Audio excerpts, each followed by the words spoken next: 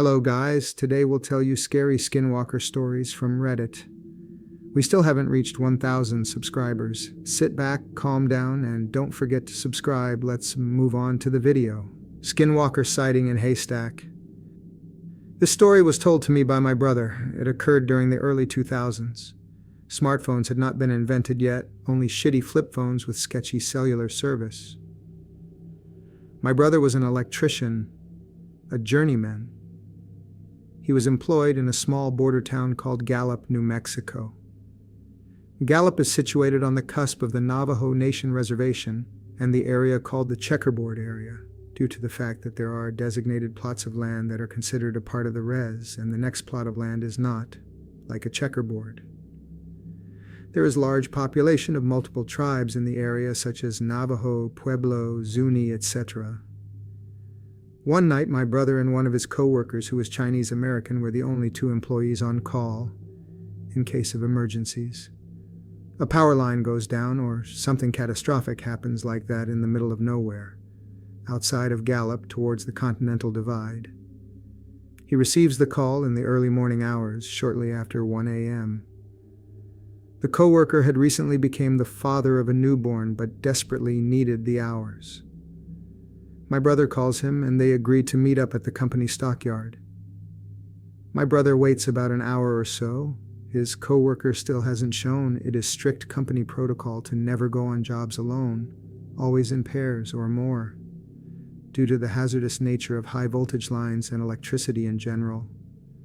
My brother's co-worker calls and tells him that something is wrong with the newborn and he needs to take his wife to the ER and he'll meet up with him on site. Also, another injunction.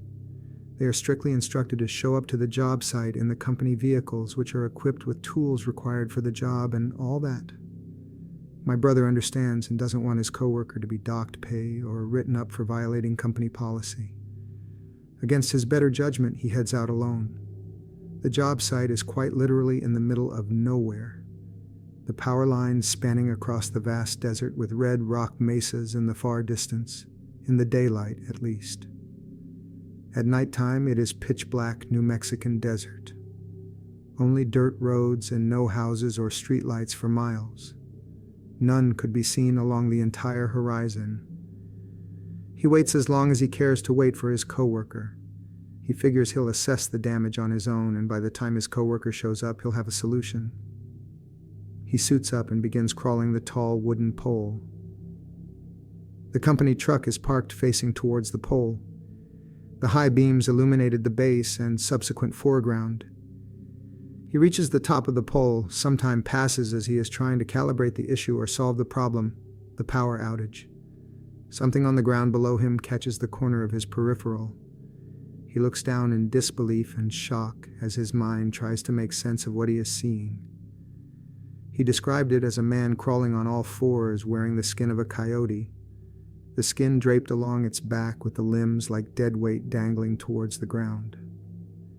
He watches as the creature patrols the area. He said he witnessed the Skinwalker encircle the truck with smaller and smaller orbits, until eventually it stood up on 2 feet and peered inside the window of the truck on the driver's side. He described the motions of the Skinwalker and said it was moving as if it was confused as to what was going on or where the driver of the truck was. From his vantage point, he could infer that the Skinwalker was male, was painted with black paint and white clay. Then on the horizon he could see headlights. His co-worker was in en route. The Skinwalker also noticed this, not figuring out that he was up on the power line pole. As his partner approached closer, the Skinwalker runs off into the dark on all fours. The rest of the trouble call was uneventful in regards to the Skinwalker. A Skinwalker killed my horse. I'm from a cattle and sheep ranch in Montana. I also have 4 saddle horses. The ranch that my cousin and I own is about 4,700 acres, comprising of flat crop and hayfields stretching on both sides of the Yellowstone River.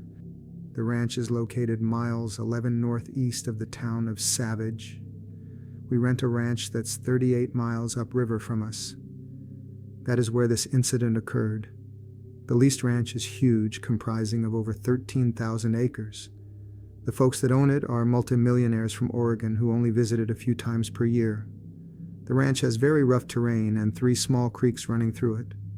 On the very northwest corner of it, the land flattens out and there is an old corral system. There is also a long vacant house nearby in a draw. We had leased this ranch since the mid-2000s and had no trouble until about 5 years ago. It is normal to lose a few cows in the Yellowstone breaks, but we have lost 130 since 2016. We lost 17 cows the year that my horse was killed. Around half of these cattle we were able to locate. The animals that we found were pretty eaten up by coyotes, but a few we found were not. These carcasses looked a lot like other cattle mutilations, with the skin around the eyes, the ears, and udder completely missing. It was highly unusual to lose this many cattle as they were at home throughout the winter, and there are no predators in eastern Montana that could kill a full-grown cow. All of the cattle that went missing were cows and always between 3 and 5 years old. This event took place at the end of June last year. We had trucked the cattle to the ranch 2 weeks prior, and I was checking on them that day. Usually my cousin or his son ride with me, but they were moving the irrigation pivot that day, so I was all alone. I parked my pickup next to the corrals and unloaded my horse. This was around 9:30 a.m. My horse's name was Ace. He was a very large horse that weighed a whole ton and stood 19 hands tall. He was a quarter Percheron. Ace was not very quick or fast, but he had great endurance, and you could ride him all day through the roughest country and he would not tire. It was a pretty usual day until about 1 p.m. when I saw something that just didn't belong. About a mile away, I could see an animal bounding up a hill. My initial reaction was a deer because it was about as big as one, but had the proportions more like a mountain lion. I tried to ride closer to whatever it was, but I could not find it. It was odd, but not that crazy, so I just put the thought into the back of my head. The day continued normally until I returned to my pickup and trailer. As I went to load Ace, I noticed that the rear axle on the trailer had just came apart. Keep in mind that I had not used it till earlier that morning, so there was no reason for that to happen. It was getting pretty late, it was around 8, and it took an hour and a half to get back to the house, so I decided to leave Ace in the trailer there and take the pickup home. The corral fence was all right, but the gate latch had rusted shut to where you could not close it. I had a roll of barbed wire in the pickup, so I used it to secure the gate after I put Ace into it. As I drove home, I noticed a few large lights in the complete opposite direction from the corrals. They resembled a combiner's lights, even although they were farther apart and brighter. Also, there would be no reason for a combine to be up here. I arrived home about 10:30 without having any trouble. The next morning, my cousin, his son, and I all rode up together to fix the axle and get Ace back. When we finally got to the corrals, we saw that Ace wasn't there. The wire holding the gate shut had not been meddled with, so there was no logical way that he could have escaped. The corral had not been used in decades, so there was grass growing inside, but that day the grass was all turned up and you could see where Ace had ran around for a while. This was quite unusual, as Ace was always a calm and quiet horse. We looked for him the whole day and could not find him, but we were severely limited because we were on foot. The next day, me and my cousin's son returned with the fixed trailer and 2 horses to continue the search for Ace. I also brought my dog, Daisy. We split up to cover more ground, and every 2 hours we would meet up. Around 3 o'clock in the afternoon, while I was riding around the rim of a steep, wooded draw, Daisy suddenly scurried down into the draw. I tied the horse I was riding, Penny, to an old cedar tree and followed Daisy down. The sides of this draw were incredibly steep, and I was struggling to make it down there on foot. For a horse as big as Ace, it would be completely impossible. As I got to the bottom, I could smell something dead, and I immediately knew it was Ace. He had not been touched by predators, but was heavily mutilated. He had the same mutilation as cattle, with the skin around the eyes being gone, as well as the skin around the lips. However, his back legs were completely free of flesh and was just bone. His rib cage was also opened up, with all of his organs being gone. As I looked around, I could see the skeletons of at least 3 cows, and it was obvious that this was some type of dumping ground for whatever did this. I was completely dumbfounded on what had happened. There was no way that Ace could have gotten here by himself, so he must have had to have been carefully placed there. I'd also like to mention that where he was found was a whole 2 miles away from the corrals. Nothing was adding up, and besides, I had just lost my favorite horse. I sadly returned to the spot where me and my cousin's son were going to meet, and we both rode back to the pickup. After talking to my cousin, we decided not to renew our lease. Our current lease will expire in 2022. My cousin's son spends a lot of time on the internet and thought that it sounded very similar to what happened at Skinwalker Ranch in Utah. For the past months, I have been studying what happened but have been unable to come up with a definitive answer. So I posted this on Reddit in the hopes that someone can make sense of it. Feel free to post this on other platforms so more people can see it, and hopefully they will make sense of it. Next spring, when we bring the cows back to the leased ranch, I will take pictures and post them to Reddit. The encounter that led me to want to know more about skinwalkers. Before I begin my story, I'd like to give some background info on why I'm writing this in the first place. I personally do not believe in skinwalkers or any sort of cryptid. However, the subject fascinates the living hell out of me. The other day on the Skinwalker subreddit, I saw responses to a question that said, "Why do you believe in skinwalkers with my beliefs?" and gave an extremely brief overview of what led me to learn about skinwalkers. This seemed to attract some attention or curiosity, so I figured that I might as well write about it since I have nothing else to do while quarantining myself. This story takes place in a very small town called Elbert, Colorado, that's very far out in the middle of nowhere. Like a grocery trip took a 45-minute drive just to get to the store. I moved out there in the summer of 2013 when I was about 11. My family lived on an 8-acre piece of property on a fairly thick pine forest, with a house just outside the very edge of it. The driveway to the house was a super crappy, super long dirt road that led out to the main street that had to be a little less than 1/8 of a mile away from the house. To this day, I think that the place was the most peaceful place I have ever gone to. The only sounds that could be heard were those of nature and our chickens, as we could not hear the rare car that would pass by. The nights there were the best part of the place, though. Because of the lack of the city lights, I was able to see every detail of the night sky down to the dimmest star. Because of the darkness, however, you weren't able to see a single thing below the horizon of the night sky. Along with that, there were several packs of coyotes that lived out there, and every night they'd all be howling at each other. With enough of them, the noise would almost sound like water. The only thing that really sucked about the property, however, was the walk we had to make to take the trash out. The garbage company would only accept cans that were brought out to the main road.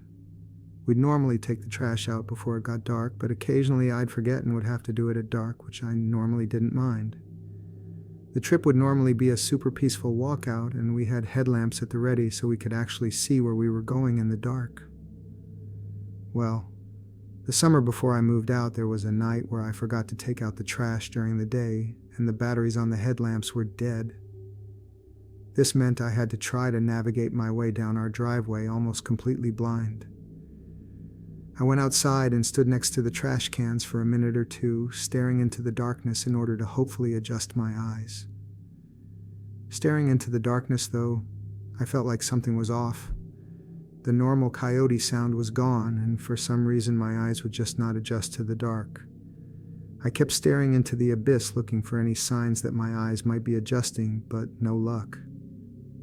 Then this terrible feeling tore its way into my chest. The best way I can describe it is as if the darkness, this abyss that I was staring into, was staring back into me. I was frozen with fear. I knew that I was alone out there, but something told me that if I were to walk into the darkness, I would not be returning.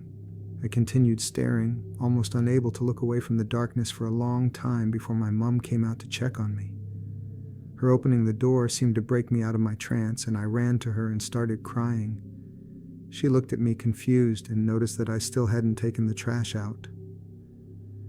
After telling her about what I had felt, she laughed a little and gave me some encouraging words to tell me that if there was anything out there, Our dogs would have surely noticed by now. She then told me to come back in 10 minutes for ice cream. I turned back around and walked back to our trash cans, shaking. I had never been so scared in my life. And what of? Nothing? I chuckled to myself, realizing the absurdity of it. When I took my eyes back off the ground, the chuckle turned back into a cry. I realized that I wasn't scared of nothing. I was terrified that there was something out there that I could not see, waiting for me to leave the light of the house lamp to attack. Then, the coyote started, and my eyes started adjusting. Whatever might have been out there was gone, along with all my fear. The tears stopped along with most of the fear, and I was able to start dragging the trash cans down. The walk was somewhat scary, though I was able to let the sound of the coyotes distract me. By the time I got back up to my house, I felt safe again, but I could not stop thinking about that abyss. While I lived at that house, that was probably my scariest encounter.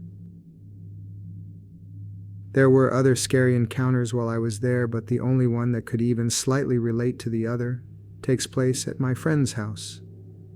For the sake of privacy, I'll simply refer to this friend as D. They had a property that was about 10 minutes from mine, and we share the same forest, with the only separation being a road in between us. We had been hanging out for a while that day, playing a bunch of video games, when I had the idea to go out in the dark and explore his property. He agreed, so we waited until night fell. After a few more hours of video games and dinner, it finally seemed dark enough to go out, so we did. We were wandering his 7-acre property, being pretty stupid, loud, and making half-arsed attempts to try to get each other a little scared. After some time of this, we eventually wandered into a clearing, and I guess the attempt settled in for both of us. At the same time, we looked around concerned. There was something off, and it felt like we were being watched, trying to keep a good mood and maybe trying to keep my mind off whatever was making us feel this way. I suggested we make another scary video to scare Dee's little brother. Dee laughed and agreed, and pulled out his phone and started recording. We were acting like we kept seeing things in the woods. I would throw a stick when the camera was facing away, make weird grunting noises and such in order to make the video creepy. We both were having a good time.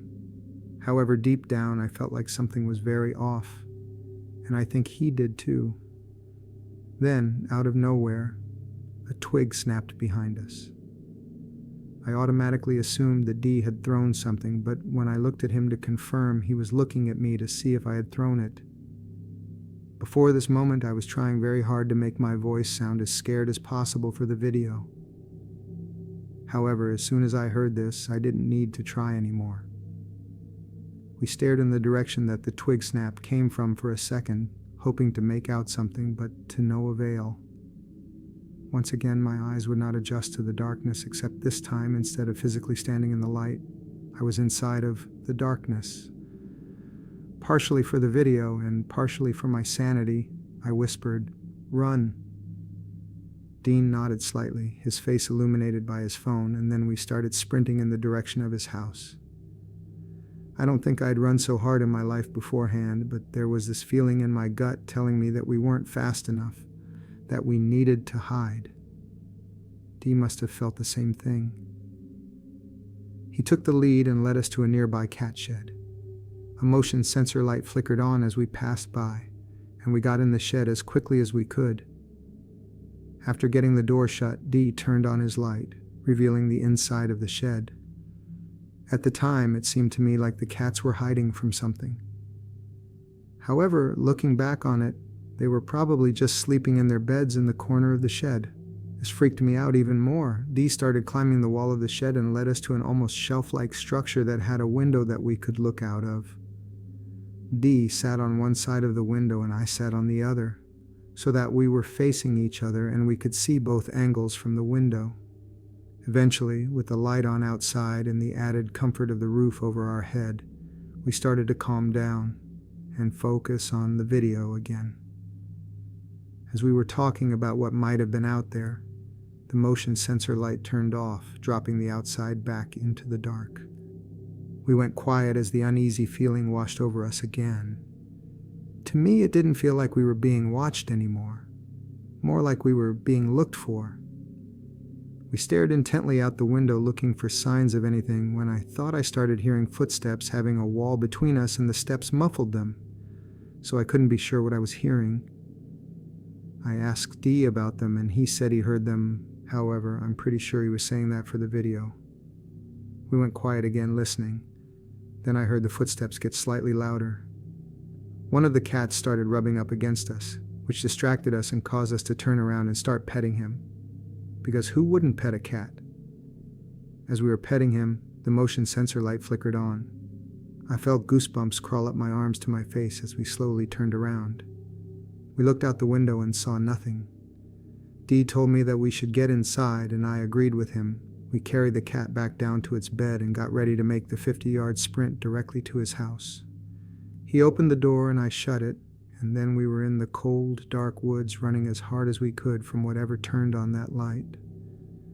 After what felt like forever of sprinting, we finally got to Dee's front door and we rushed inside. We slammed his sliding glass door and didn't sleep until we saw the sun rising the next morning. Though these encounters were terrifying at the time, a lot of it can easily be explained by me just freaking myself out. There was nothing out there during the trash can story, and at Dee's house. We found raccoon prints the next morning outside of the cat shed. None of these things ever stopped me from loving the woods, and within a week I was certain I was just making things up myself. I continued loving the woods we lived in for the next year that we lived there, but eventually my family and I ended up moving out. My dad got a job offer in Minnesota that would improve our financial situation and not force my dad to a 2-hour commute every day. Minnesota, however, proved to be the worst place that I've lived in, at least for the first year or two. After living in such a small town and adapting to my friends in Elbert so much, I found it very hard to make any friends in Minnesota. I was constantly thinking about my friends and the girlfriend I had left in Elbert and refused to work to make friends. And the people at my new school didn't seem to particularly like me.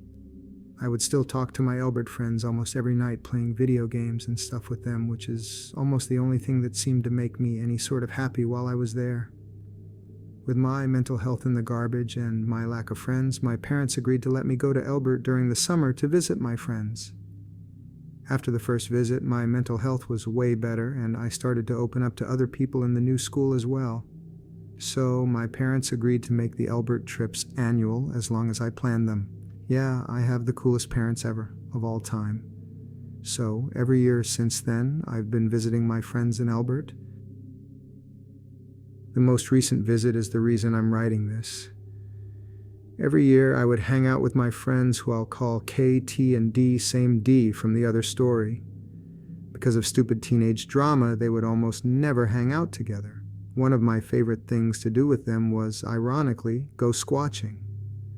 Squatching is looking for Bigfoot, typically making their hypothetical calls and using other communication methods in the hopes to find one. This was simply an excuse to go yell in the forest at night for me. This most recent visit, I finally had managed to get K, T, and D to all hang out together. We had planned on making a short film that was based on these stupid videos that T and I used to make. We ended up trying to film it, but ended up with just one scene before we decided to just play video games instead. Well, one day after dinner, the group came up with an idea to make a squatching video. K, T, and I filmed one last year, so we figured we'd do another one this year and try to make this an annual thing. We took K's little brother out with us to film for us, and we started recording our video.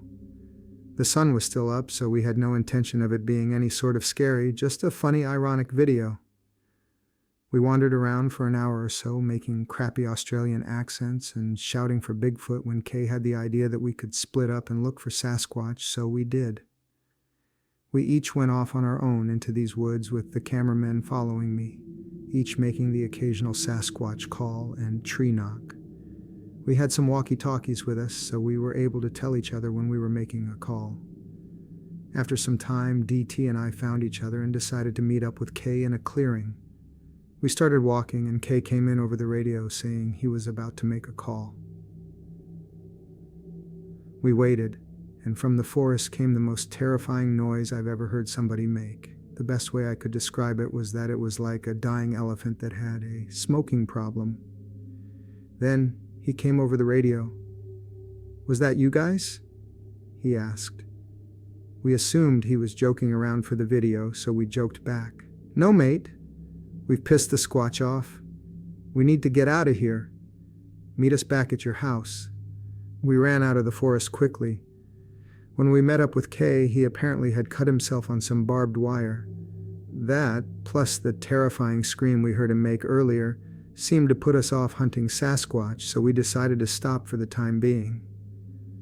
We went inside and played Halo for hours, messing with each other and doing other stupid stuff, not mentioning what happened while squatching the rest of the night. When night had more than passed and it was around midnight, we decided to go back outside and continue squatching, this time without a camera and with a bunch of flashlights. We decided to go pretty deep into the forest before making calls, so as not to wake Kay's family and neighbors up. Eventually, we got to the point where we had split up from earlier and had decided what to do. After talking about it some, we decided to see where Kay had run off to. Then I made the first squatch call for the night. After the call, the woods went completely silent. In my previous story, I talked about the abyss watching me. This was almost the same, except it felt as if the forest were listening to us. We laughed about it and poked fun at each other, trying to creep one another out, and started walking. Kay led us pretty deep into his woods and eventually stopped in a small opening, showing us that this is where he had radioed us from before the call.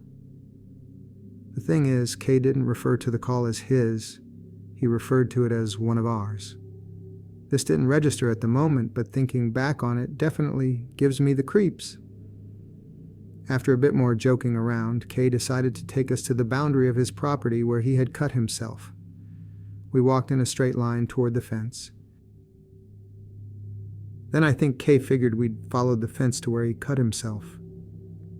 As we walked deeper into the forest, though, our jokes started to die down. The silence, darkness, and this feeling started to get to us.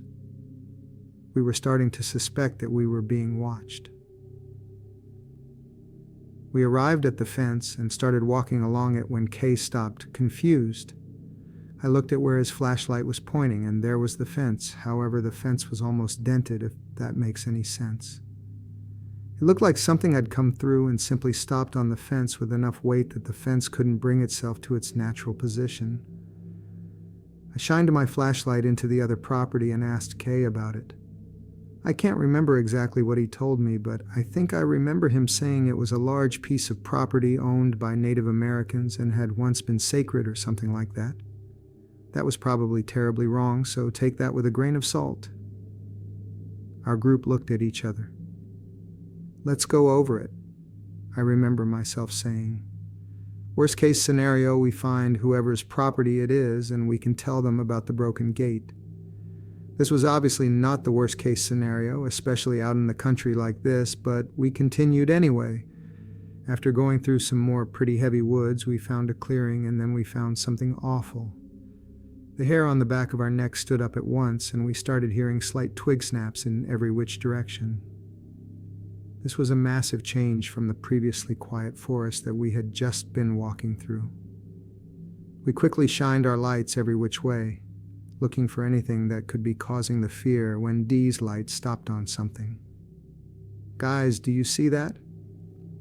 We all shined our lights on the spot that he was looking at. I couldn't see anything at first, and I was about to say no when I made out what looked like the reflection of eyes. We each confirmed, one by one, each of us starting to make out the eyes. Then we did something stupid. We started walking towards it. Maybe this was because there were 4 of us and 1 pair of eyes. Or maybe it was how luring they looked.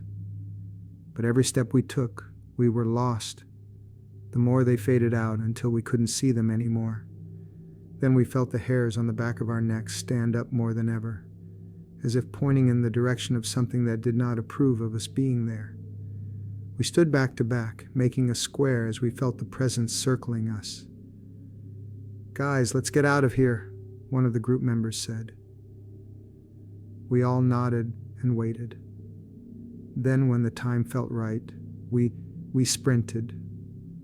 We all ran as fast as we could, jumping over the fallen fence through the forest until eventually I saw the house. I heard the others run by me, hidden by the forest. When suddenly I stopped. "Ryan, help!" My heart sank. I had just heard the other three run by me, yet this was the perfect voice of Kay calling for my help. I shoved the thought that this could be Kay out of my head.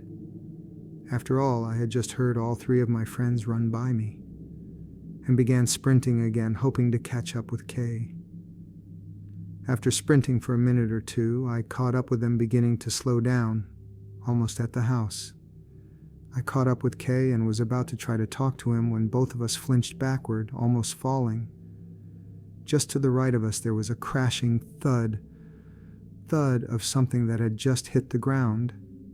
We quickly recovered and sprinted in toward the door, urging the others on. When we finally got back to Kay's house, we slammed the door behind us and had to just rest, panting. When we all seemed to calm down, Kay asked what the hell had happened out there. We all went around and shared what we saw. Dee said he saw the reflection of eyes and no more than what was just in the clearing. Kay said he saw the reflection of eyes in the clearing and heard the two thuds that freaked us both out. T said he might have seen the eyes in the clearing and some yellow-red ones as we were closing the door. I stated what I saw, but decided to leave out the voice since I wasn't, and still am not, sure I heard what I heard. We sat down and almost immediately started searching up cryptoids and looking for other stories like ours.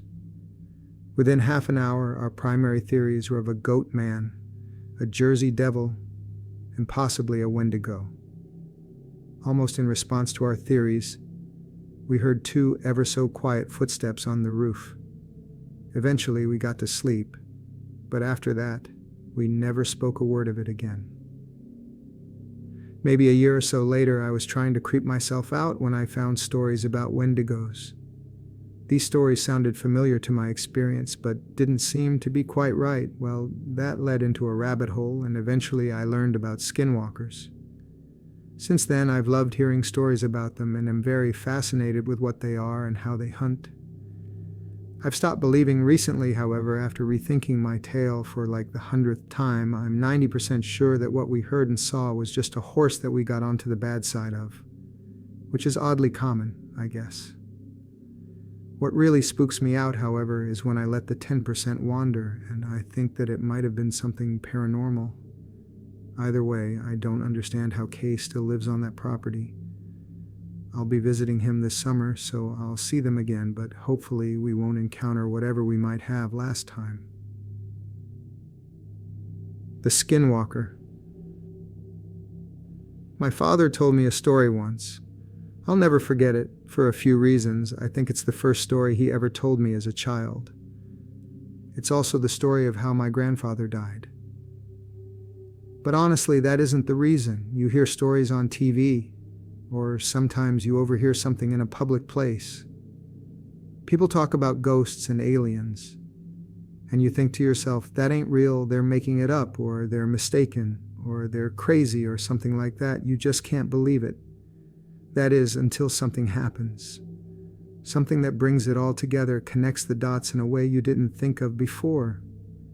Maybe it happens to you, or maybe you hear the same story again and again from different people. It doesn't take long for the world to become a lot bigger than you thought it was. As I said, this is a story my father told me, but I never believed it. Even though he swore up and down it was true, it wasn't until I started clicking around on the internet that I started to believe. I started to hear other stories just like the one my father told me.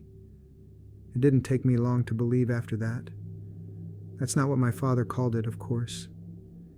He's never used the internet in his life. You wouldn't know what the online community had taken to calling it. When he chose to call it something other than it or that thing, he called it a skinwalker, after an old Cherokee tale his grandfather told him. but this is the story that he told me. We were out hunting one night in the woods surrounding the dairy farm in Ohio where we lived at the time. We were tracking coyotes. We'd kill them for $50 a skin, and they'd kill calves sometimes. We'd do it every night because we needed the money, and sometimes while we were out, we'd come on a deer and kill it. Our landlord didn't mind, and it could feed our family for a few nights and save us some money. Anyway, we were done making our rounds and heading home, walking because we didn't have a car or a four-wheeler back then. We'd cut through the woods. That's when we came upon it. Blood, everywhere, splattered on the trees, in the grass, in the creek, everywhere. At first, we figured it was a pack of coyotes. We'd seen how sometimes when they weren't able to scavenge for whatever reason, they'd start hunting deer or cattle out of desperation. The worst was when they bred with feral dogs. But this wasn't like that. You see, when a pack of dogs, wolves, or coyotes attack something, they'd do it right. They'll pick off one that's weak, sick, or old, or just small. They'll hunt it, draw it into a corner, someplace it can't get out of, and they'll run it right to the biggest one, the alpha.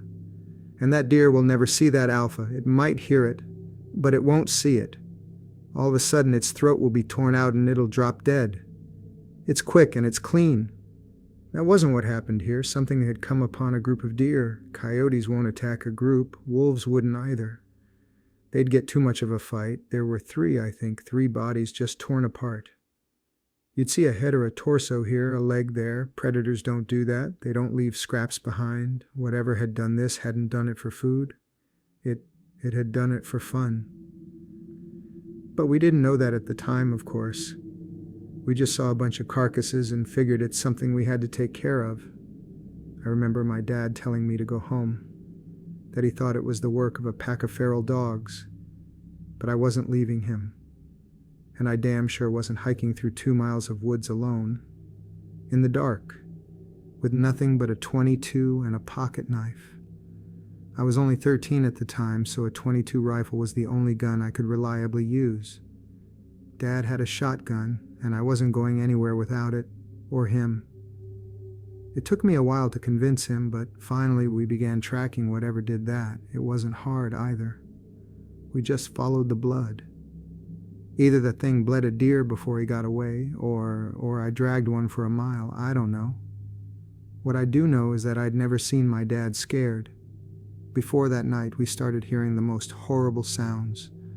Now, I've been in a lot of woods in my life, and I've been all over the world, but I ain't never heard noises like I heard that night. I heard things screaming. I heard deer, fox, rabbits, raccoons, and birds, all of them afraid of something and hightailing it.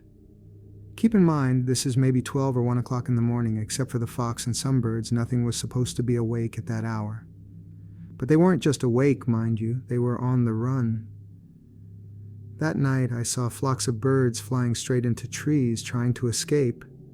We came upon a pack of coyotes and nearly shot a couple thinking they had their eyes on us. But then we saw they were running in from someone. Nothing toward us. They didn't even notice us, went right past. Then some deer did the same, then some rabbits, squirrels, foxes, even a couple of wild hogs. These critters were supposed to be hunting each other, and the only thing they cared about was getting as far away from there as possible. We should have put 2 and 2 together. Then maybe whatever we were tracking wasn't something we were supposed to see. It wasn't something we could kill. To this day, I don't know why we didn't just go home. I guess we were curious. I think that was my dad's nature, to go toward trouble, to fight. And being aware of the things my father did during the war, I figured it was best to stay by his side. We finally reached an open valley. It was normally a soy field, but it wasn't in season, so it was just flat dirt. That's when we saw the tracks. Animals fleeing the forest had leveled everything in their path, but where that deer blood was, nothing had taken a single step. It was like whatever was responsible had left it for us to find. The tracks were shallow. Whatever it was couldn't have weighed more than 100 pounds, but that didn't mean much. A bobcat weighing 40 pounds soaking wet can tear out your throat if you ain't careful. The fact this thing was on the lighter side just meant it was probably quick and was going to be tough to hit. So we followed the tracks, and it didn't take us long to find out where they led. There's an old schoolhouse that sits on the top of a hill. Half of it had been ripped out by a tornado, but nobody lived there, not for a long time. Sometimes we caught homeless people in there or drug addicts looking for a safe place to shoot up. We figured maybe that was it. Maybe it was some sick kid riding a high, but we didn't think that for long. When we got within 50 yards, we heard a noise, a sort of screech made up of two different sounds. One was high-pitched and the other was a low growl. It was making both sounds at the same time, if that makes any sense. We approached within 20 yards and we heard another sound, different this time. I remember thinking that it sounded like paper being torn apart while someone was swinging water back and forth in a bucket. Dad looked at me, knelt down, and whispered. He told me I had to stay behind him because we were about to corner our prey. Any animal will fight when it's cornered, especially a predator, but we can tell by the tracks that there's only one. He tells me it's probably a single feral dog, most likely rabid. The plan, he said, was to sneak up on it while it was eating, shoot it, and then keep shooting till it didn't move anymore, then slit its throat. And if it got to Dad, it was my job to shoot or stab it to get it off him, so he walked up with me right behind him, just a tad to his side so I can see what it is. I wish to this day that I hadn't. It was leaning over a carcass, tearing off its flesh, throwing what it didn't nibble at aside. There was blood all over the brick, glistening in the moonlight. It was pale white and looked a little like a man, but not quite human.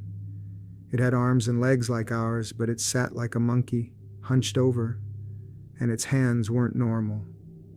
It had long fingers with claws at the end. So we saw that, and my dad hesitated. He wasn't about to fire at a person, so he cleared his throat to try to get it to turn around. I swear to God Almighty, all the noise just ceased in an instant. I ain't ever heard true silence before that, and never again afterwards. But for 2 seconds, nothing made any noise. And I mean nothing. This made it all the louder when that thing turned around, made this shrill cry and pounced on Dad. He got a shot off. I think he missed. If he hit it, it didn't faze the thing at all, but it was on him, tearing entire parts of him off. I started shooting it with the .22 point blank, but the thing barely bled at all. I got off 5 rounds, and then I started hitting it with the butt of the gun. It didn't budge or even register that I was there. It was clawing at my dad, removing whole chunks of his flesh. It started on his torso, peeling off the skin on his chest, and then it moved up. It tore out his throat, ripped his nose clean off, gouged out his eyes, then it scalped him, started digging in, and I stood there helpless as it ripped off the bottom half of his jaw, the little bones, and that tube in his neck, and then his ribs. I don't exactly remember what happened, but somehow my dad's knife ended up in this thing's shoulder, and my dad, what was left of him, that is, ended up on my back. I was running. By God, I was going faster than I'd ever run before or after, and it was following me. I ended up back in the forest opposite the woods we started in.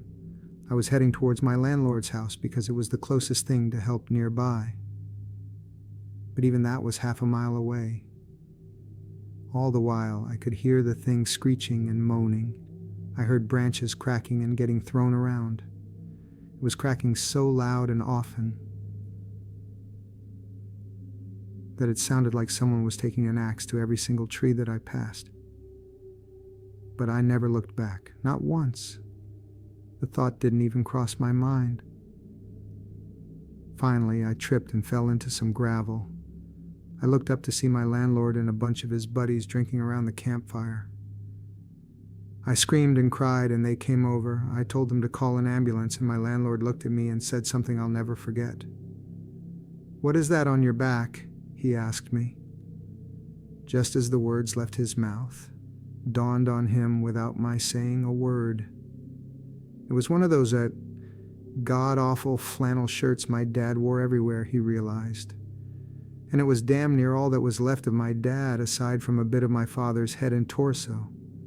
That's all there was, absolutely nothing below the waist. Suddenly we heard it, screeching.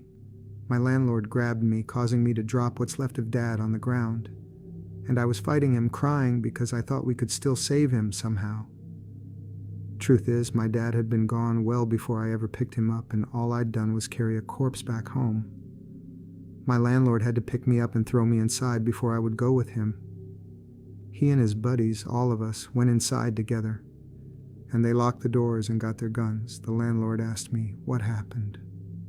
What happened?" But I didn't know what to tell him. He pieced enough of it together to understand that there was something dangerous out there. All the lights in the house were on, and someone called the cops.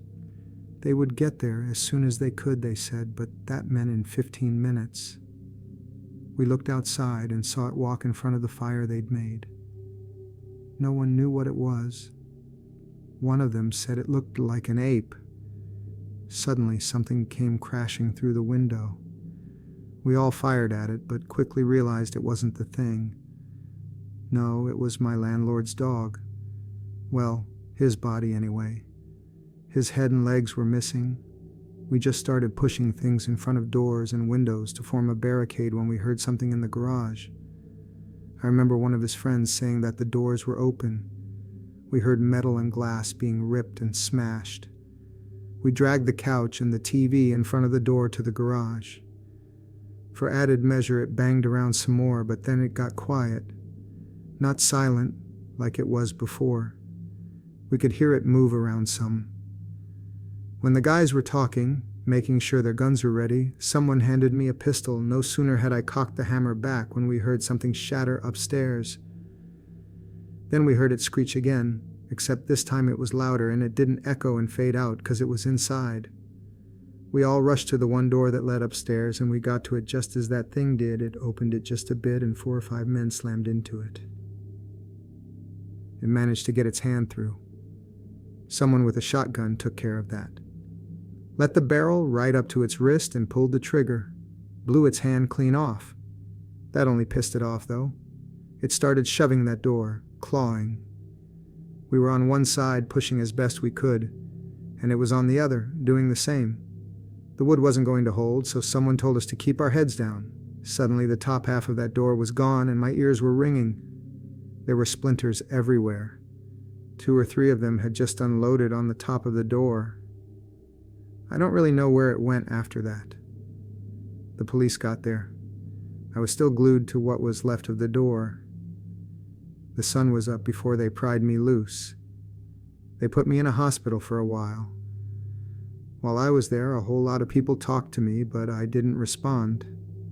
Not for a long, long time. When I got back home, I got a job for the landlord working on the farm. We didn't talk much, not about the thing, but I signed up for the army when I was 19, and he sat me down to drink some scotch as a send-off. I asked him right away what the police told him. The story they went with was that it was a wild animal, probably a wolf, maybe a bear that had migrated north. I asked him how they could say that when they had the hand. He looked at me, stunned. He told me that the hand never made it back to the station. The cop who had it in his car got into a wreck, drove into a tree, died on impact. The hand was never found, likely taken by an animal. The cops, when they would acknowledge the hand existed at all, said it was simply the paw of a bear that resembled a man's. I never talked to the landlord again. He went missing while I was in basic training.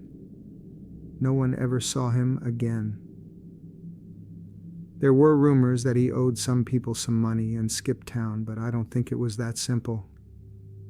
As for me, I never went back to those woods. I wouldn't even if I had the whole goddamn U.S. Army at my back. That was the extent of what my father told me about the incident in the woods. There's just one problem, however. My father lied. When my mother died, I don't think my father felt he had anything left and that he might as well settle old scores. He returned to the woods and never came back either. the FBI was called, and they came and put on a show for everyone involved, but I know they weren't really looking. I had to get an agent drunk and slip him a few 50s before he finally told me that they got a few calls about those woods every year, about someone up and vanishing. But that was all he wanted to tell me. Before he got up and left with the rest of his team, he wrote the name they'd given the creature on a napkin. Of course, I didn't realize that's what it was at first. It wasn't until I looked up the words online that I understood what they meant. Honestly, I would have rather not known. As it turns out, there are hundreds of stories just like my father's, as well as photos and drawings of the thing. And though the details vary, everyone who has encountered it agrees on one thing. It's still out there, and there isn't a man on earth that can stop it. Alright, that wraps up the video. I really hope you enjoyed it. If you did, please leave a like and subscribe to the channel. It helps out a lot. Also, leave a comment below with your thoughts on the video. I basically read every comment, and if it's good enough, I'll respond to it, so make sure to leave a comment and I'll try to get back to you. Thanks for watching. It means a lot. Until next time, see ya.